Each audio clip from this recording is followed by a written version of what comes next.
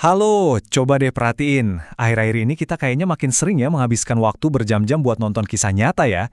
Nah, di bahasan kali ini, kita bakal bongkar tuntas fenomena budaya yang lagi hits banget. Mengapa sih kita sampai nggak bisa lepas alias ketagihan banget sama film-film dokumenter di YouTube dan Netflix? Gini, coba ingat-ingat lagi. Pernah nggak kalian iseng ngeklik sebuah video dokumenter indie yang durasinya lumayan panjang? Mungkin sekitar 47 menit, terus anehnya kalian malah nonton sampai habis tanpa di-skip. Katanya kan rentang perhatian kita sekarang udah makin pendek ya, tapi kok bisa kita betah banget? Sebenarnya apa sih yang lagi terjadi di otak kita? Mari kita masuk ke bagian pertama. Ledakan konten dokumenter dan pergeseran konsumsi global. Coba bayangkan angka ini, 9,01 miliar dolar. Fantastis banget kan? Menurut prediksi dari Straits Research, pasar dokumenter global bakal tembus angka raksasa ini di tahun 2023 nanti. Jadi ini tuh jelas bukan lagi sekedar tontonan biasa buat ngisi waktu luang, tapi udah berubah jadi bisnis hiburan yang masif banget. Terus, siapa yang jadi rajanya sekarang? Nah, data dari Nielsen bulan Juli lalu ngasih fakta yang lumayan bikin kaget. Kalau kita ngomongin tontonan di layar TV ruang tamu, YouTube ternyata sukses ngalahin Netflix loh. YouTube dapat 13,4%, sementara Netflix cuma 8,8%. Bayangin aja, ada 1 miliar jam konten YouTube yang ditonton setiap harinya. Dan itu spesifik cuma dari TV di rumah kita. Luar biasa kan? Dan ternyata tren ini beneran mendunia. Di Australia aja, 75% pelanggan platform streaming itu rutin banget nonton dokumenter. Buat saya, ini bukti mutlak.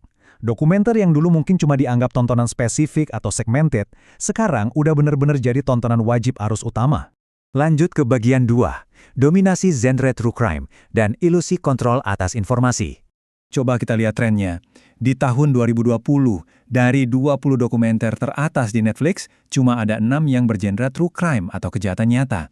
Tapi, coba tebak, pas melompat ke tahun 2024, angkanya langsung meroket tajam jadi 15 dari 20. Subgenre ini sukses besar mendominasi platform cuma dalam waktu 4 tahun aja. Pertanyaannya, kenapa harus true crime? Usut punya usut. Alasannya ternyata sangat psikologis. Riset dari Pew Research Center mencatat bahwa sekarang cuma 56% orang dewasa di Amerika yang masih percaya sama media berita nasional. Tingkat kepercayaan publik lagi turun drastis nih. Nah, akibatnya, kita secara nggak sadar beralih ke true crime buat ngebantu kita memahami kegagalan sistem di sekitar kita secara langsung. Saat berita tradisional udah terasa kurang transparan atau kurang bisa dipercaya, kita otomatis bakal nyari sesuatu yang rasanya lebih jujur dan mentah. Rekaman nyata, wajah asli, dokumen asli. Dokumenter itu seolah ngasih kita ilusi kalau kitalah yang pegang kendali.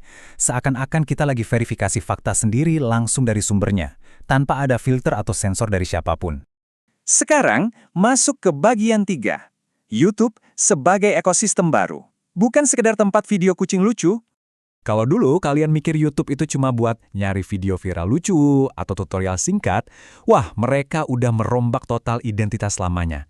Ekosistem baru mereka sekarang justru bertumpu pada 3 pilar utama, yaitu dokumenter berdurasi panjang, siaran langsung pertandingan olahraga, dan serial-serial original yang emang digarap serius.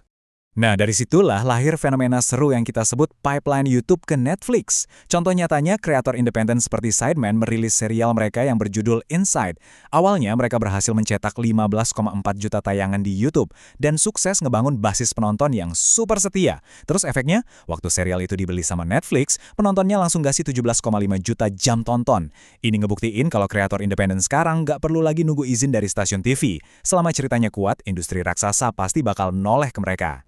Kita sampai di bagian keempat, mencari kejujuran bukan sekedar fakta, dan paradoks rentang perhatian. Disinilah letak paradoks paling lucunya.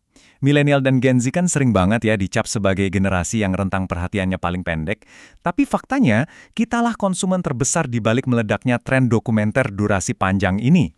Jadi, asumsi lama kalau kita cuma suka konten pendek itu ternyata salah total. Kok bisa gitu ya? Alasannya simple. Karena generasi kita tumbuh besar bareng internet, kita udah hafal banget dan tahu kapan sebuah judul itu cuma clickbait atau dimanipulasi. Kita sebenarnya nggak nyari video yang serba singkat. Yang kita cari adalah sesuatu yang disebut ambiguitas jujur. Kita suka banget sama konten yang kerasa real, menyajikan fakta secara terbuka, berani ngakuin hal-hal yang emang belum pasti, dan nggak maksa-maksain akhir cerita biar kelihatan rapi dan sempurna. Pada akhirnya, layar yang terus kita tatap setiap hari ini adalah cermin dari zaman kita sekarang. Era di mana kita kebanjiran informasi, tapi anehnya kita lagi krisis kepercayaan. Jadi, saran saya, jadilah penonton yang kritis. Teruslah bertanya, siapa sih pembuat dokumenternya? Lalu cerita siapa yang kira-kira sengaja dihilangkan atau terlewat? Karena harus diakui, dokumenter terhebat itu bukanlah yang cuma nyuapin kita dengan jawaban pasti, tapi justru yang berhasil memicu kita buat terus bertanya. Oke, sekian bahasan kita kali ini. Terima kasih udah nyimak dan sampai jumpa di eksplorasi seru berikutnya.